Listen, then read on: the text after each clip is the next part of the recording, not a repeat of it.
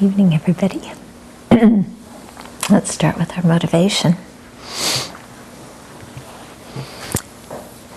And let's especially rejoice that all of our faculties are intact. Not only our limbs and eyes and ears and so on, but also our mind functions properly. Not afflicted by serious mental illness or mental handicaps. And so that gives us the opportunity to really learn and reflect on and meditate on the teachings. So let's have a strong determination to do that instead of learning, reflecting on, and meditating on all the pleasure we can have in samsara. Because all that pleasure doesn't last, and it's not really pleasure anyway. Leaves us disappointed and dissatisfied in the end. And so let's look for real happiness, real fulfillment that comes through internal change. And especially the happiness and fulfillment that comes through working for the welfare of other living beings and fulfilling our own highest potential to become fully awakened so that we can be of the greatest service to other living beings. So hold that as your long-term motivation. And what we're doing tonight is learning the paths and grounds that we will need to realize to attain that goal and to help others attain awakening as well.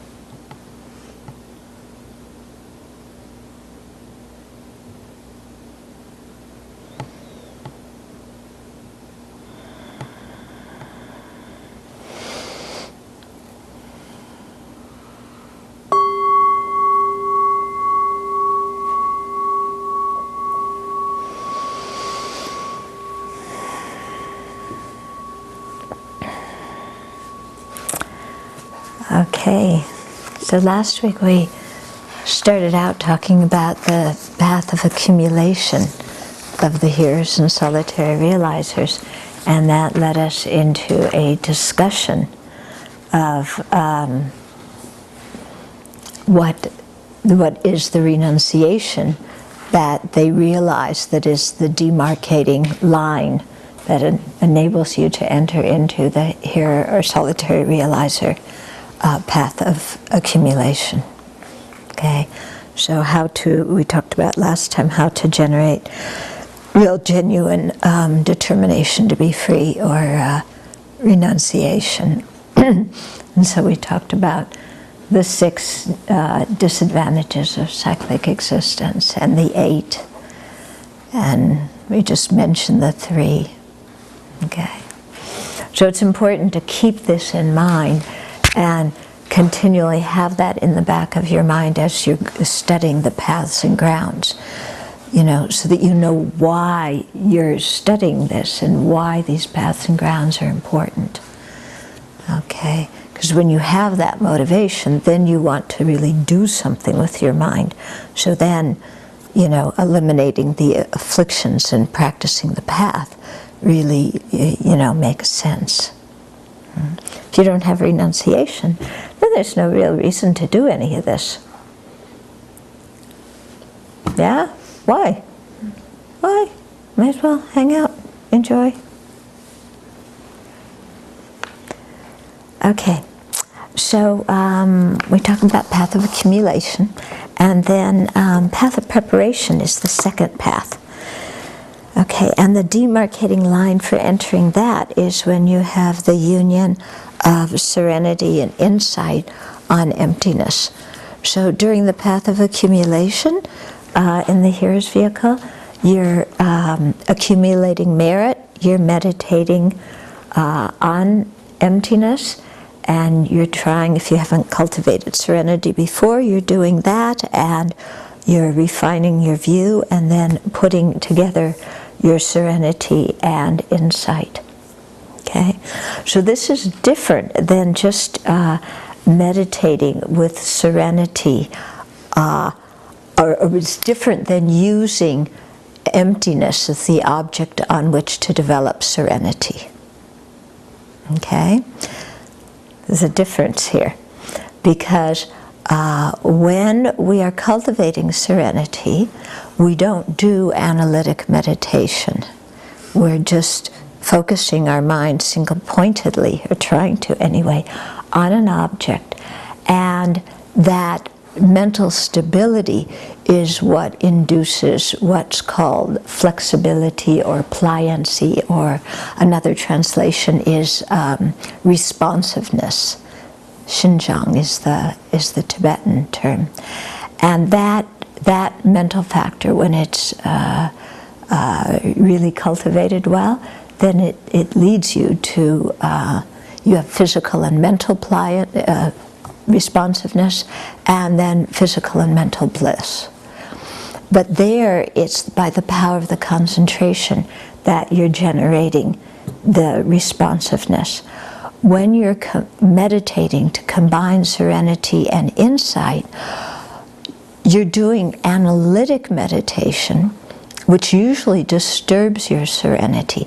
But here, you know, your serenity is strong, and the analytic meditation itself is what spurs or brings about the responsiveness.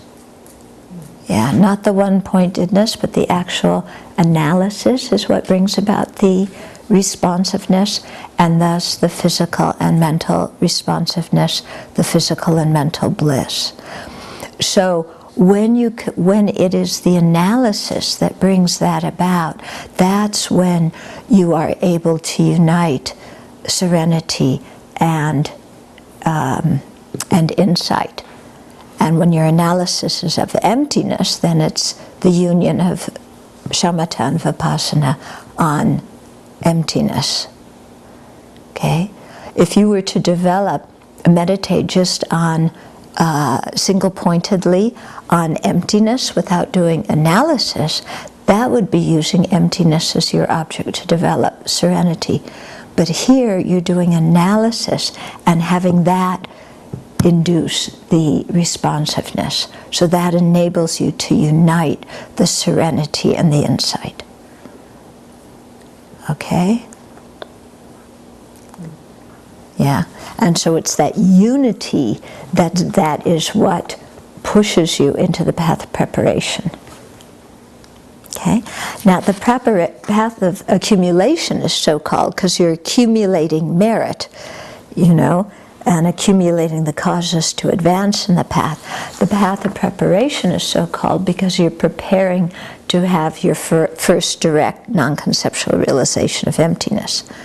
Okay, so that you're preparing for that. So the path of preparation has 4 stages. They're heat, peak, fortitude, and supreme mundane dharma. So heat is it's because you're getting warm to emptiness.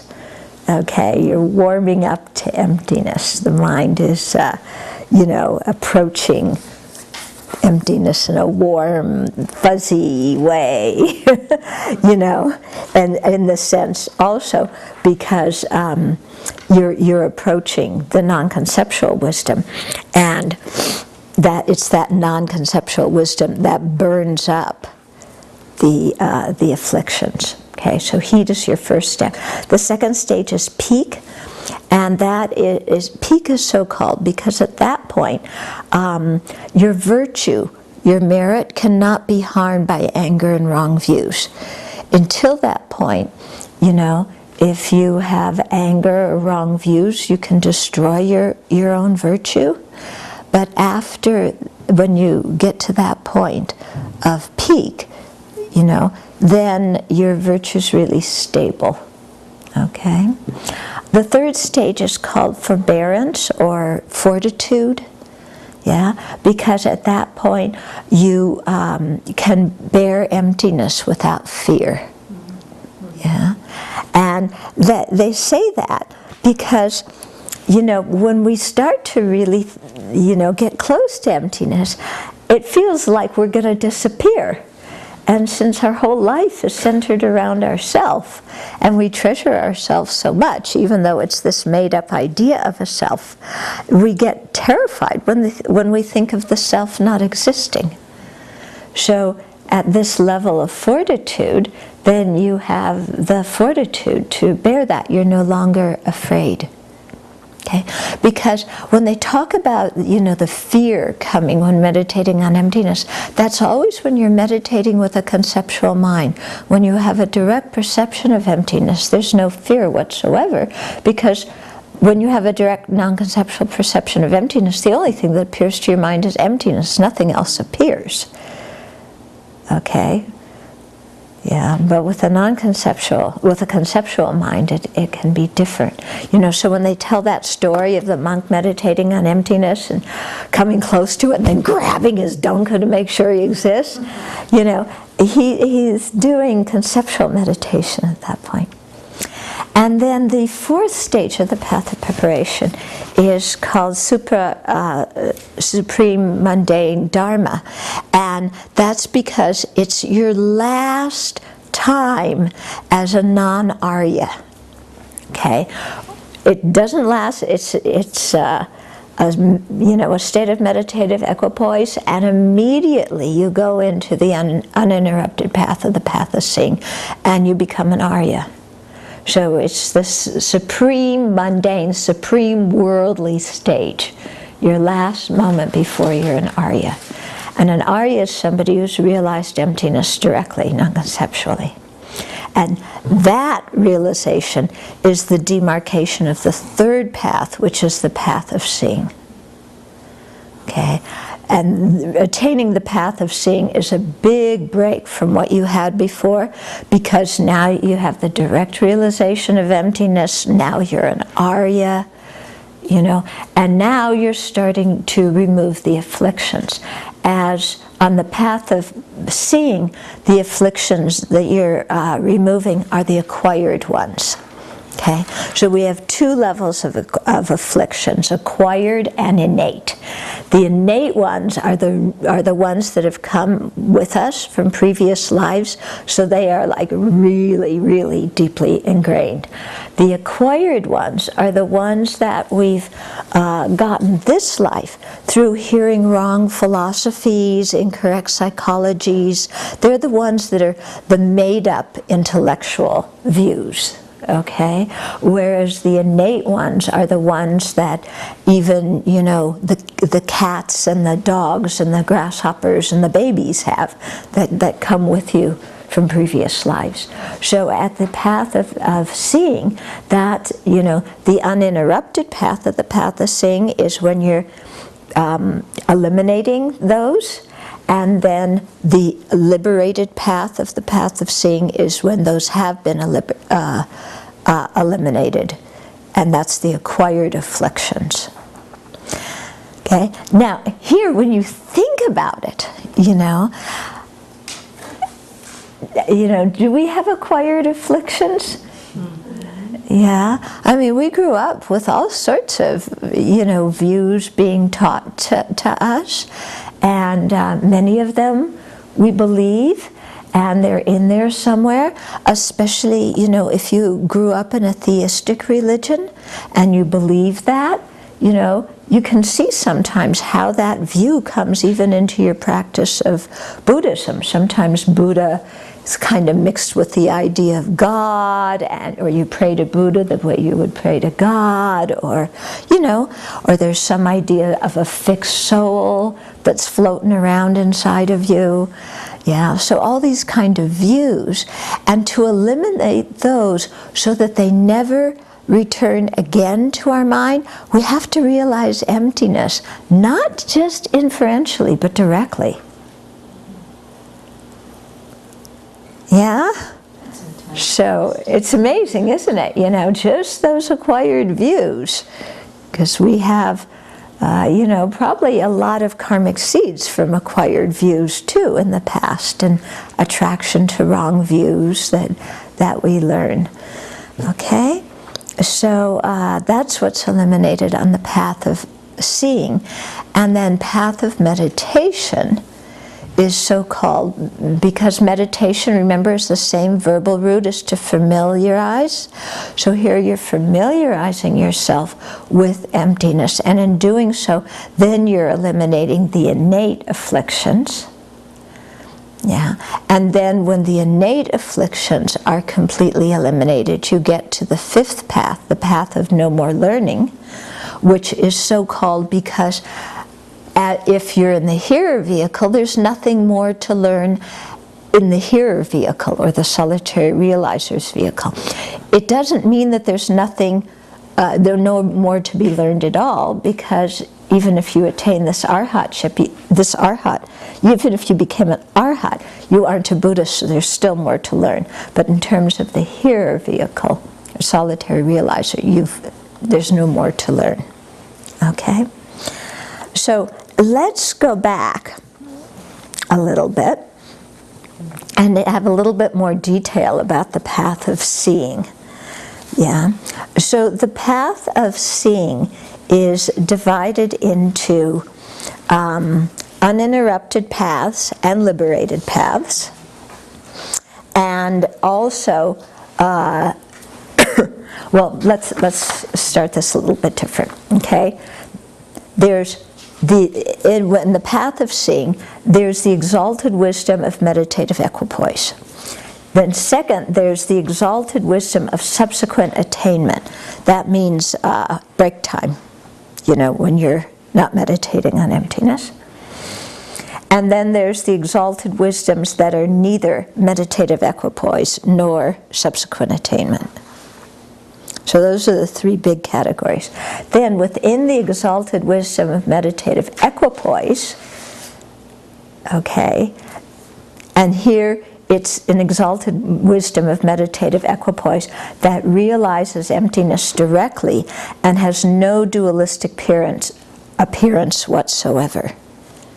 So when we say meditative equipoise on emptiness, that's what we're talking about, that direct realization that has no dualistic appearance whatsoever. That's when they say that your mind realizes emptiness like water mixed in water. There's no feeling of a subject that is realizing emptiness, and emptiness is an object. So the subject and object are non-dual. There's no appearance of conventional objects at all. Only emptiness appears to the mind. There's no appearance of true existence because you're seeing the total lack of true existence.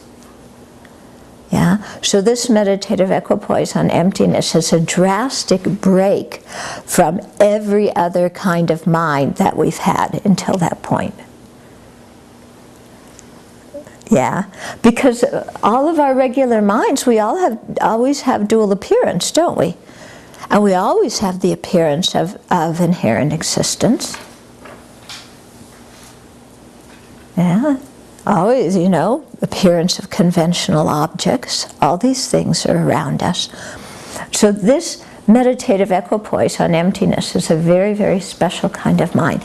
And it's the only of sentient beings' minds, a sentient being being anybody who's not a Buddha. So it includes stream enterers, ones returners, non-returners, arhats, all the bodhisattvas before they become Buddhas. They're all sentient beings. It's the only mind of sentient beings that is unmistaken, is the meditative equipoise on emptiness. Every other single mental state we have is mistaken in that things appear truly existent to it. Okay? So mistaken means that things are appearing truly existent.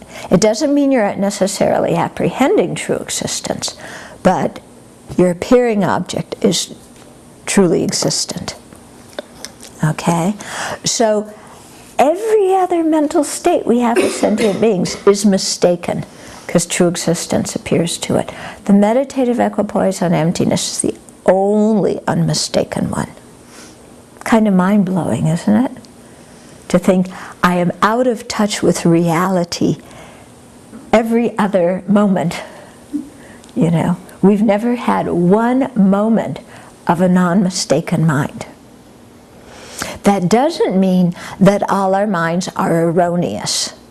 Being erroneous and being wrong is different than being mistaken. Mistaken means that the mind has the appearance of true existence. Erroneous or wrong means that it's grasping at, it's apprehending an object that doesn't exist. Okay? So when you see, you know, the snow mountain is blue, when you see the scarecrow as a human being, yeah, when you see weapons of mass destruction in Iraq, all these are erroneous minds. Yeah. So the mind is erroneous with respect to the apprehended object. But a mind is mistaken with respect to the appearing object. Okay? Because what's appearing is appearing true existent.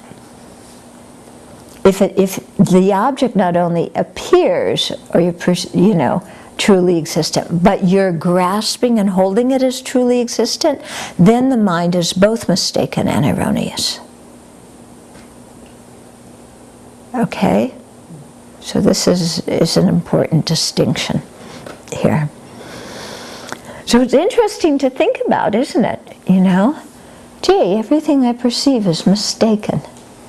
Doesn't mean it's not erroneous. You can still have a valid cognizer, a reliable cognizer that is mistaken.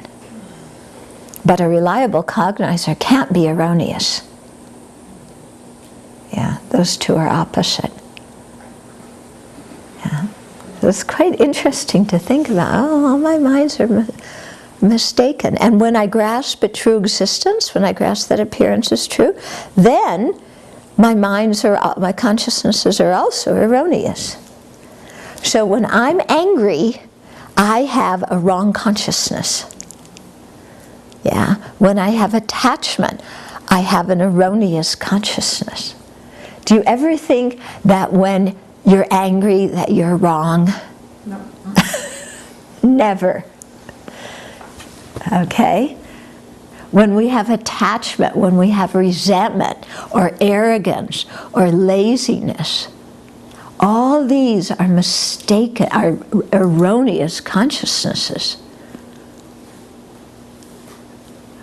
Okay? Kind of shocking, isn't it?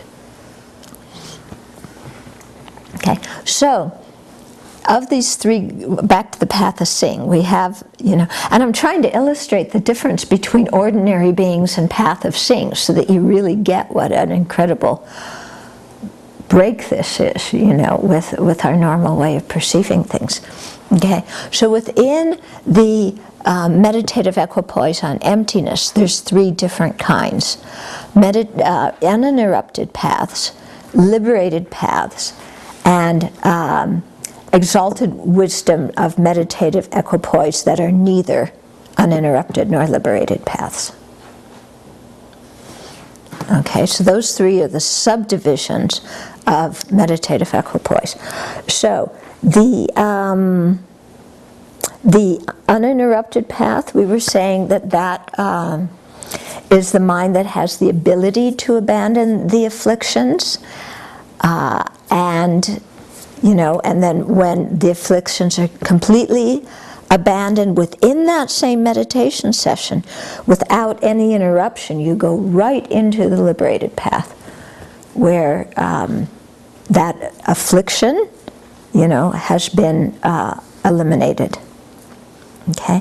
Now, in the path of seeing, yeah, the path of seeing, it consists of the 8 fortitudes. And the liberated path of seeing consists of the 8 knowledges. Okay, so the 8 fortitudes are the realization of emptiness of both the subject and the object with respect to the Four Noble Truths. Yeah. And then the eight fortitudes, they occur simultaneously, and they are what abandon the acquired afflictions.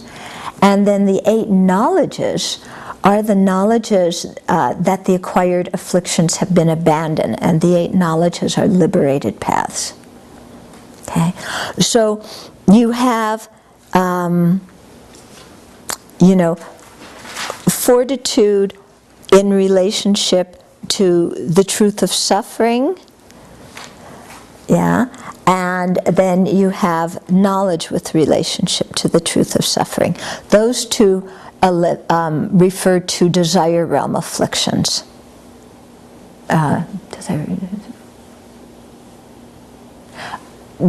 all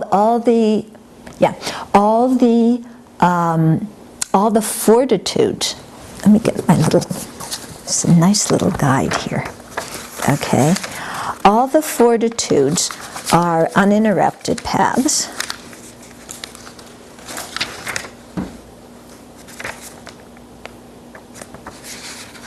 That's path of seeing. And all the knowledges are liberated paths. Okay, and you have, here it is, okay, so you have a forbearance and knowledge with relationship to the object of true sufferings, and then subsequent forbearance and subsequent knowledge with relationship to the subject of true sufferings.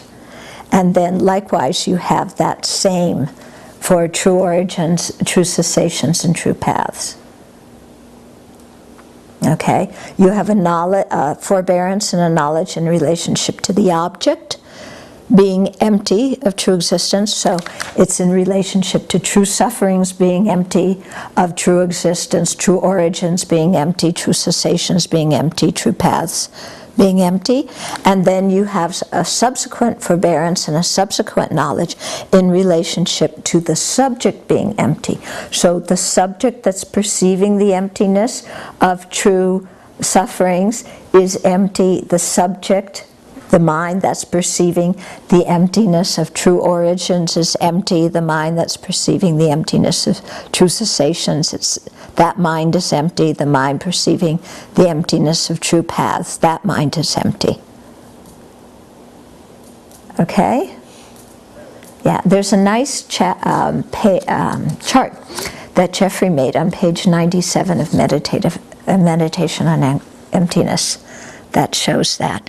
But what it's getting at, okay, is that your meditative equipoise on emptiness is penetrating into the ultimate nature of the Four Noble Truths. So it's not just knowing the conventional nature of the Four Noble Truths, but it's knowing the Four Noble Truths themselves are empty, and it's also knowing that the mind realizing that emptiness is also empty. Okay? You got it?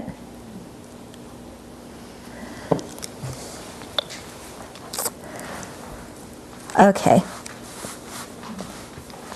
So on the eight fortitudes that you have, then you are in the process of you are abandoning the acquired afflictions, and during the eight knowledges you have abandoned them.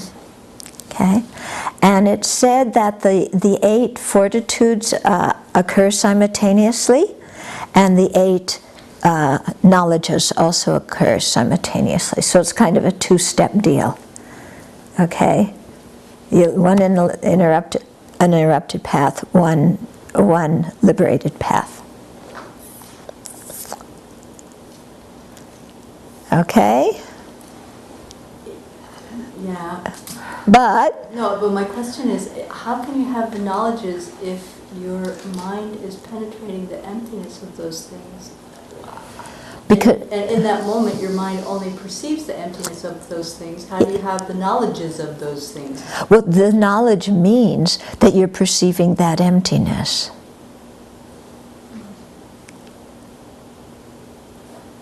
So the idea that you don't actually know that you've realized emptiness until after you've come out, because you have to remember it. Yeah. This applies here too. Yeah. Okay. Yeah. Yeah. Yeah.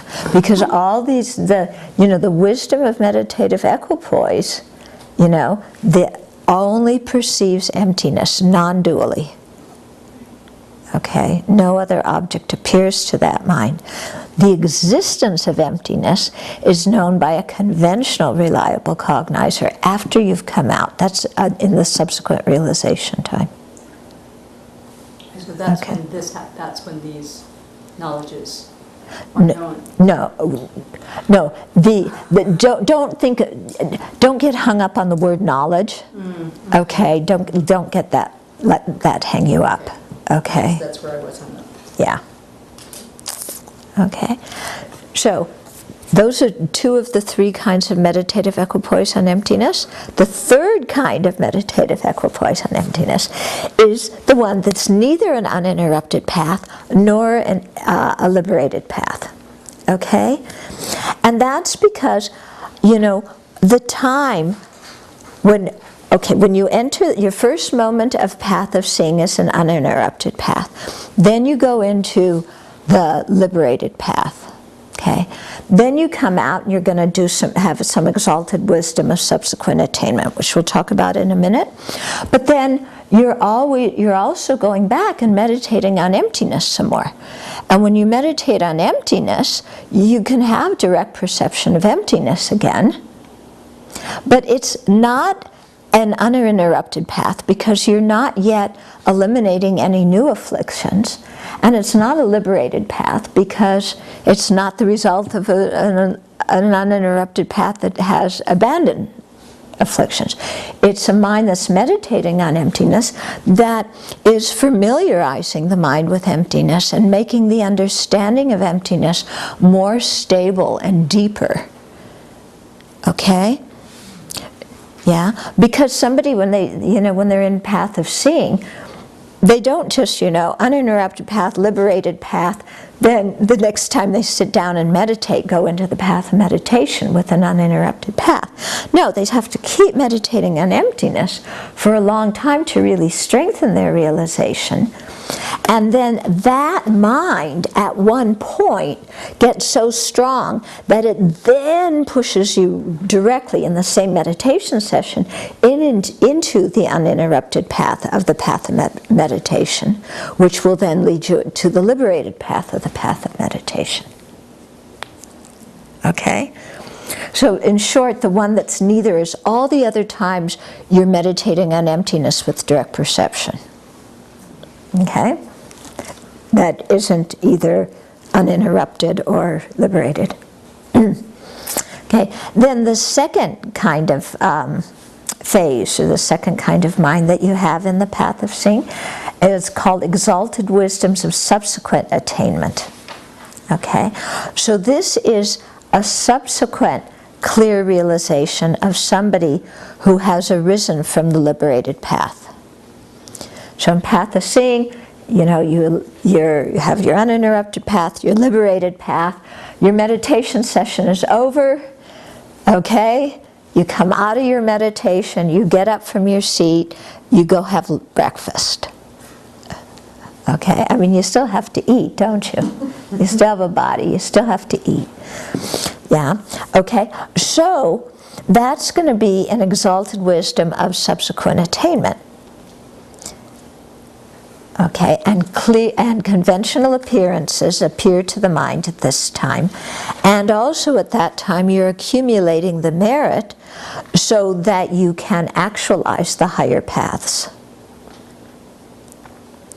So there's two kind of types of the subsequent attainment, the mind of subsequent attainment. Okay, one is mainly concerned with the method aspect of the path. The other one's mainly concerned with the wisdom aspect of the path. The subsequent attainment that is mainly concerned with the method aspect of the path.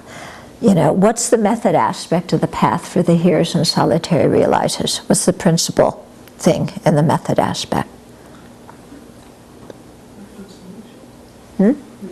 Renunciation. Right.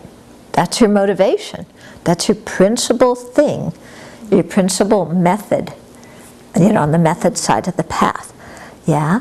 So, when a bodhisattva is contemplating renunciation, or not, we're here on the hearers, I'm sorry, when a hearer is contemplating renunciation,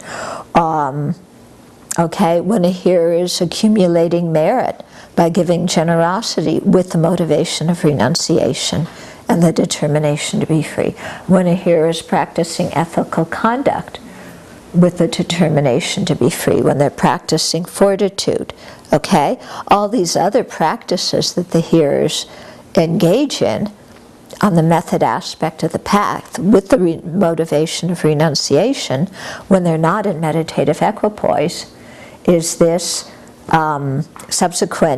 the exalted wisdom of subsequent attainment that's mainly concerned with method. Then there's also the exalted wisdom of subsequent attainment that is mainly concerned with wisdom. And so this is the mind that is contemplating the illusory nature of phenomena. It's the mind that realizes or contemplates that things are like illusions. Because you're having the appearance of true existence, you're not grasping at it. So things are appearing like illusions in that the way they appear and the way they exist don't match. They're appearing truly existent, they don't exist that way. Yeah? Is there any time when someone would be in subsequent attainment on the path of seeing when they wouldn't have that? When they wouldn't have that illusory, time of illusory. On the hearer path of seeing, I think that could happen, where you don't have that awareness of illusion all the time. I think, I'm not certain. Yeah, because, I think you'd have it quite a bit of the time. Yeah. But, you still have false appearance, things are appearing truly existent, but you don't really believe it. So I think most of the time they would have that. But on the other hand, on the hearer path of seeing, you can still, grasp at true existence, because you haven't removed the innate afflictions yet. You can still get angry, you can still have attachment, because you've eliminated the acquired afflictions, but you haven't eliminated the gross, the innate ones. So although, those afflictions certainly wouldn't be very strong, but still they can arise. So then there would be a time, there could be a time where you don't have an awareness of the illusory appearance of things. And then the exalted wisdom that are neither meditative equipoise nor subsequent attainment. These are the non-manifest exalted wisdoms, For example, the realization of emptiness during subsequent attainment. You still have the realization of emptiness in your continuum, but it's not manifest.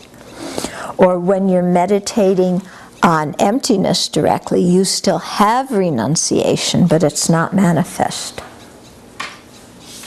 A hearer's meditation, a hearer is directly perceiving emptiness.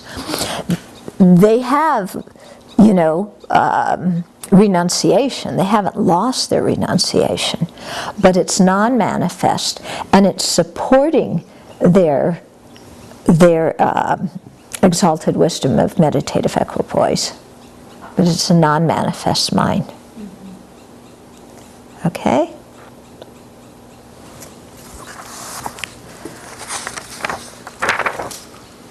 And I checked an understanding about the accumulation of merit there. Mm-hmm. So it's the 6 or 10 far-reaching practices that we're familiar with that they're engaging in. It's just that the motivation is. We're talking about the hearers. Yeah, yes, I understand that. So Yeah. what I'm trying to get is I mean, what it sounded like you were just describing was the beginnings of those far-reaching practices that we would know, except that they have different motivations. Yeah, so they're not far-reaching practices. Right, okay. Yeah, they're only far-reaching practices if they're supported by bodhicitta and the realization of emptiness. But if they're supported by renunciation, they aren't far-reaching. What do they call it? 3 higher trainings. Oh. Yeah. Or they have, in Theravada, they have what's called the 10 paramis. Okay. It's a slightly different list than the 10 paramitas you find in the Mahayana. There's some overlaps, but some differences, and so, they still accumulate merit. Yeah? Because it's not like you realize emptiness and then you just stay frozen in your realization of emptiness. Yeah. It's not like that, you come out of your meditation and, hi Susan, hi Sam, how you doing? But your mind's drastically different. Yeah, because Susan and Sam are appearing like illusions to you. Okay. Yeah? This is kind of simple. I'm still trying to figure out that when a hearer is trying to understand what the acquired afflictions are that they're trying to eliminate, is there a part of the, are all of us have similar acquired afflictions, or do they really have to understand deeply what are the ones that they're getting caught in over and over again? Well, I think, okay, so you're saying, do all of us have the same acquired afflictions, or do we have to understand deeply what are the ones we get caught in over and over again? I think in one way we all have similar ones, but in another way, certain ones are going to be stronger in different individuals than in other individuals. And I think a lot of what we're doing before we even get to the path of seeing is recognizing what our acquired afflictions are. Yeah. So for one person, this kind of lingering thing about a creator God might, be a big thing for someone.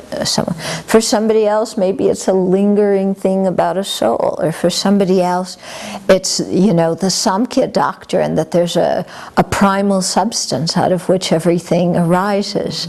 So, or you might have a Jain view or an Islamic view or a there's all sorts of non-Buddhist schools, okay, especially in ancient India, and they all had their own views. And you can have tinges of all those things floating around in your mind. Okay? Now, you're certainly not going to grasp those things and really believe them once you've realized emptiness. Okay? And that's why you've gotten rid of them, the intellectual. They're sometimes translated as intellectual or artificial afflictions. Yeah, but they're the acquired ones. Because to get into the uninterrupted path or the path of seeing, you've got to, it says you're beginning to eliminate them, so you have to really understand what it is that's being eliminated before you go into meditative equipoise. I think, the meditative equipoise just eliminates what it's capable of eliminating. I don't think before you go into meditation you say, I'm going to eliminate the acquired afflictions. It's just that level or that strength of realization is what is capable of eliminating the acquired. It's not capable of eliminating the innate. Yeah, when that realization becomes strong enough to eliminate the innate, you don't have to have the motivation, it automatically does it. And then the innate afflictions that they're eventually going to eliminate is the grasping at true existence. Right. The appearance is the omniscience. The cognitive obscurations, yeah. Which So they don't ever get to on this. Right, right. Yeah, so they're going to be eliminating different degrees of innate afflictions, and those degrees are determined by how deeply rooted they are in the mind. Yeah, we'll get into that. Okay.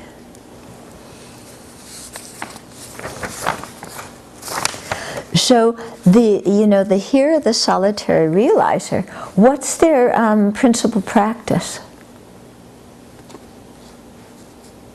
Meditation on the Four Noble Truths. Yeah, meditation on the Four Noble Truths. That's one way to put it. What else? The 12 links. Oh, that's included in it. What's the basic framework that encompasses not just your meditation practice, but your daily life, your whole thing? The Eightfold Noble Path. The Eightfold Noble Path, and especially, go on, The 3 higher trainings. the 3 higher trainings. Okay? The 3 higher trainings. So here, on all these paths is going to continuously be engaging in the 3 higher trainings. Yeah. Sometimes, some of them they'll be doing in subsequent realization time. Sometimes some of them they'll be doing in meditative equipoise time. The Eightfold Noble Path can be categorized according to the 3 higher trainings. They cover the same material. Okay? But you usually express it by the 3 higher trainings. And that's a practice that's common in the Mahayana as well.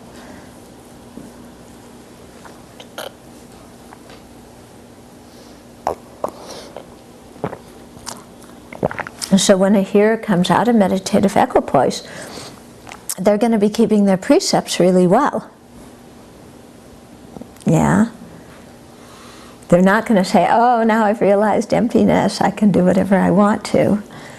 No, the realization of emptiness is going to make their understanding of karma and its effects much more solid, because they'll see, because things are empty, the only way they can exist is dependently. So, things depend on, our experiences, depend on our karma, depend on our actions. Okay, so they're going to have a lot of respect for karma and its effects when they come out of their meditation. They're still going to practice concentration. Maybe they'll do sometimes some other meditation on renunciation, or they'll just do meditations and go into the jhanas for the sake of resting the mind. So those are other subsequent attainment minds. And they're also going to deepen their practice of the higher training of wisdom as well. So they'll still be meditating on the 4 establishments of mindfulness, and emptiness and all those kinds of things. Okay.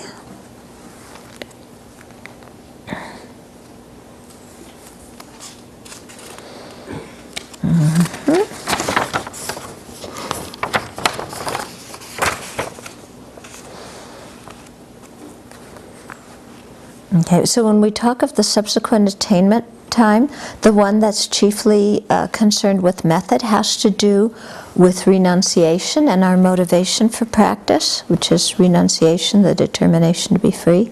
And then the one principally concerned with wisdom has to do with seeing the illusory nature of things.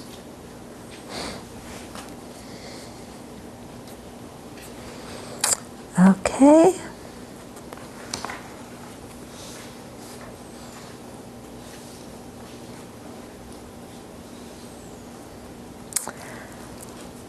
Okay, now we're going to get into the what's called the 81 levels of afflictions.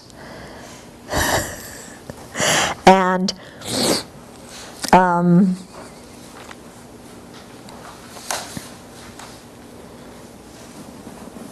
okay, so within cyclic existence, we have one way of, we usually talk about three realms: the desire realm, form realm, and formless realms. Another way is you have the desire realm, then you have the four formless realms, then you have the four form realms, then you have the four formless realms. So that gives you 9. Okay? So 9 levels there. And each of these 9 levels has 9 grades of grasping at true existence, or 9 grades of afflictions. So 9 times 9 is 81. So you have 81 afflictions, levels, of afflictions. And they are differentiated in terms of, the grasping at true existence and how entrenched it is. Okay, so the names of these 81. Well, let's start with the desire realm. Okay, so there's 9 regarding the desire realm. So there's the big of the big, the middle big, and the small big, and then the big middle, the middle middle, and the small middle, and then the big small, the middle small, and the small small. Okay, then you go on to the first concentration. You have those same 9 in relation to the first concentration. You have the second concentration, those same 9. Third concentration, fourth concentration. Okay, formless realm, infinite space, infinite consciousness, nothingness, peak of samsara. Each one of those has those 9. Okay? So the big of the big, the middle big, the small big, the big, middle, small, middle, big, small, middle, small, small, small. Okay? You can give them other names if you want to too, but that's the names they're given here. Okay? So removing these many different grades of, the grasping at true existence is like having to wash a dirty shirt again and again. Okay? You just are getting more and more deeply entrenched stains out of it. Yeah. Because, we all know that from washing. You don't get something clean right away. You have to keep washing it again and again and again. Okay? So, when we explain the 8 enterers and the 8 abiders of the fundamental vehicle path, remember, enterer and abider of stream entry, enterer and abider of once returner, enterer, abider, non-returner, enterer, abider of arhat. Okay, then these 4 are described in terms of those 81. Okay, so a stream enterer is so called because they've entered the stream of Dharma and they're bound for nirvana. They're not going to be turning back anytime soon. A once returner is so called because they only get born in the desire realm one more time. Okay? The non-returner is so called because they never get born in the desire realm anymore. And the foe destroyer, arhat, is so called because they've completely destroyed the foe of the afflictions. Okay, so far so good? So, the desire, the stream enterer has, remember the desire realm has 9 levels of afflictions itself. Yeah? So, the stream enterer, somebody who is approaching stream entry, is eliminating the first 6 grades of desire realm afflictions. And somebody who has eliminated them is abiding in the fruit of stream entry. Yeah. Somebody who is in the process of eliminating the last 3 grades of desire realm afflictions, the big, small, middle, small, and small, small. You know, that's the approacher to once we, wait a minute, I just got confused. Yes, I'm on the path of meditation. Path of,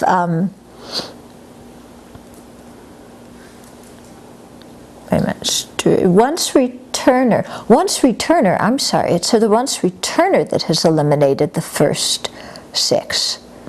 Okay, because the stream enter has eliminated the acquired afflictions. And these 81 are all levels of innate afflictions. So the once returner has eliminated grades 1 through 6. And because they haven't eliminated all of the desire realm afflictions, they're going to be reborn in the desire realm one more time. Okay, they've certainly subdued a lot of the desire realm afflictions, abandoned them, you know, but not all of them. So they'll be reborn in the desire realm one more time. So they're called once returners. When they have eliminated all 9 of the desire realm afflictions, then they become non-returners, because they're never going to be reborn in the desire realm again, because they've eliminated all the cause for it, the desire realm afflictions. Then the person, you know, okay, so that's somebody who's abiding in the fruit of non-returner. Then the person who is the approacher to arhatship is in the process of eliminating the innate afflictions, levels 10 to 81. That all are about the afflictions in relationship to the upper realms, the form realm and the formless realm. When they have finished eliminating all those 81, then they abide in the fruit of arhatship, and they've eliminated all the afflictive obscurations. Okay? Got it?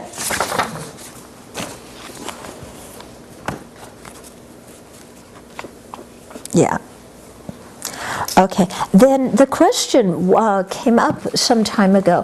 When can somebody go from the path of a hero, solitary realizer, to a bodhisattva path? When can they transit? They can transit in the path of preparation, the first 2 stages, heat and peak. And then after that, they're on a roll, you know, and so after that they can't transit to the bodhisattva path until they're arhats. And at that point, you know, when they're arhats, they after they shed this, you know, deluded body, this afflicted body, then they have a mental body, and they remain in meditative equipoise in their own personal peace until the Buddhas wake them up and say, hey, you've got to go back and help sentient beings. And at that time, then they enter the Mahayana path, the Bodhisattva path, at the very beginning in the path of accumulation. Okay.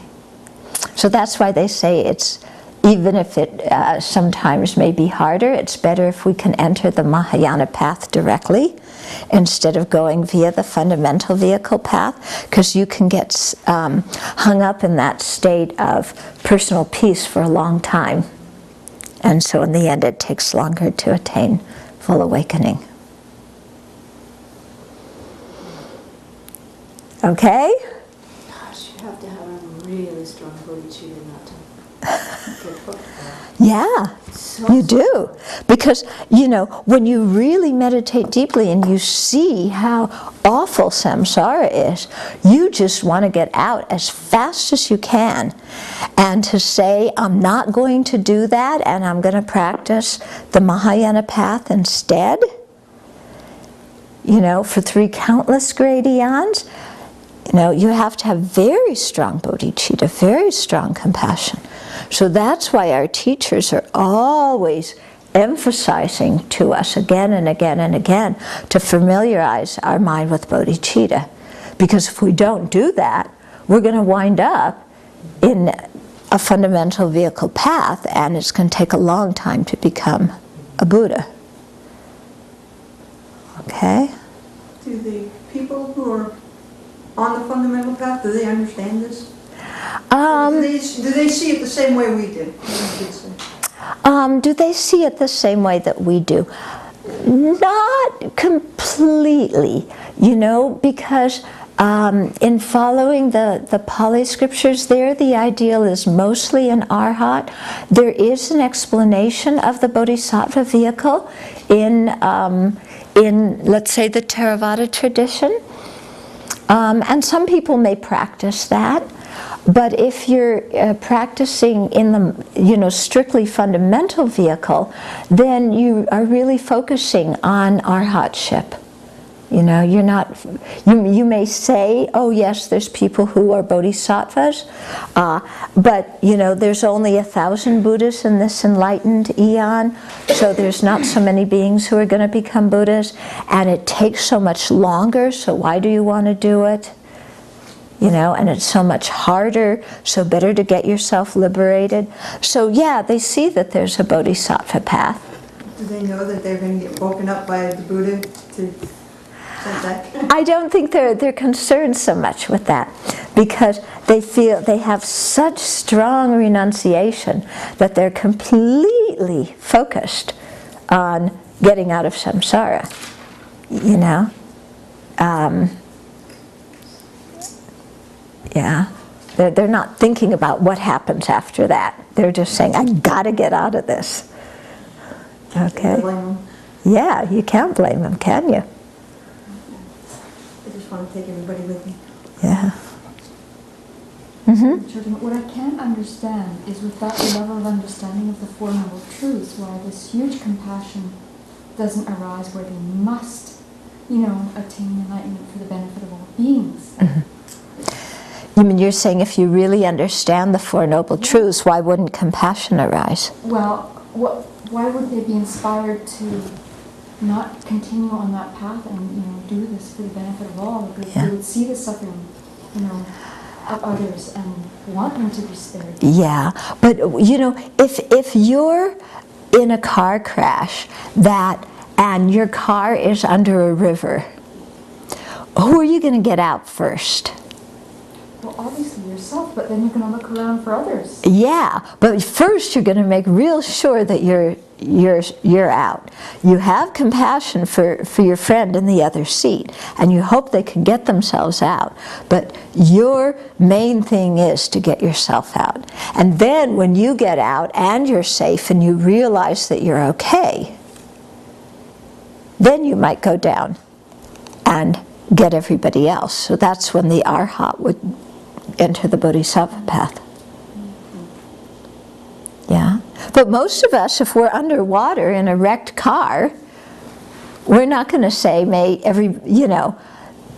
we may say, oh, I don't want anybody else in this bus to die, but, you know, are we going to go around and open all the windows and get everybody out?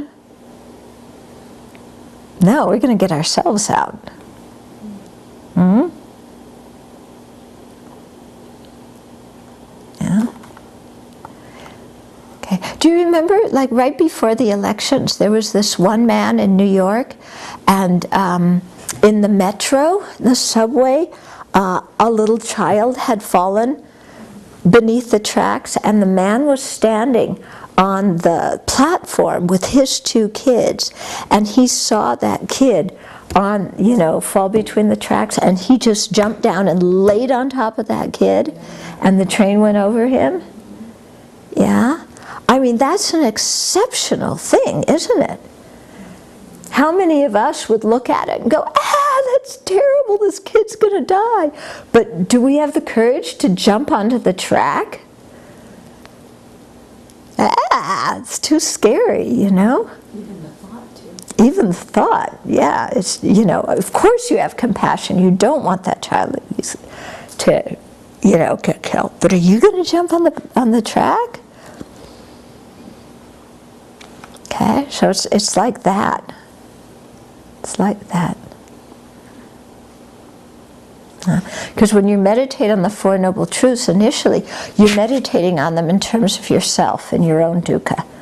So you have to then switch it and really see that it applies to everybody else as much as to ourselves.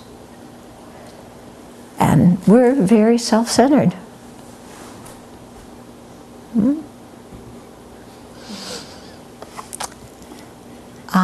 Venerable Tarpa, this will be the last question because we're over time.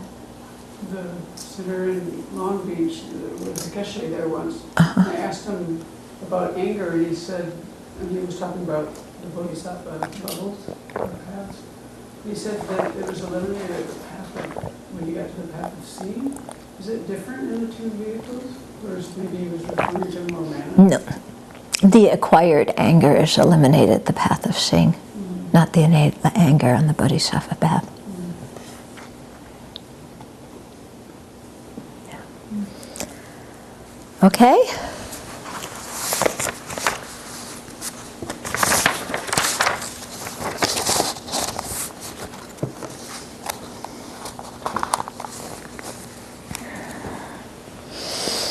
May the spiritual teachers who lead me on the sacred path, and all spiritual friends who practice it have long life.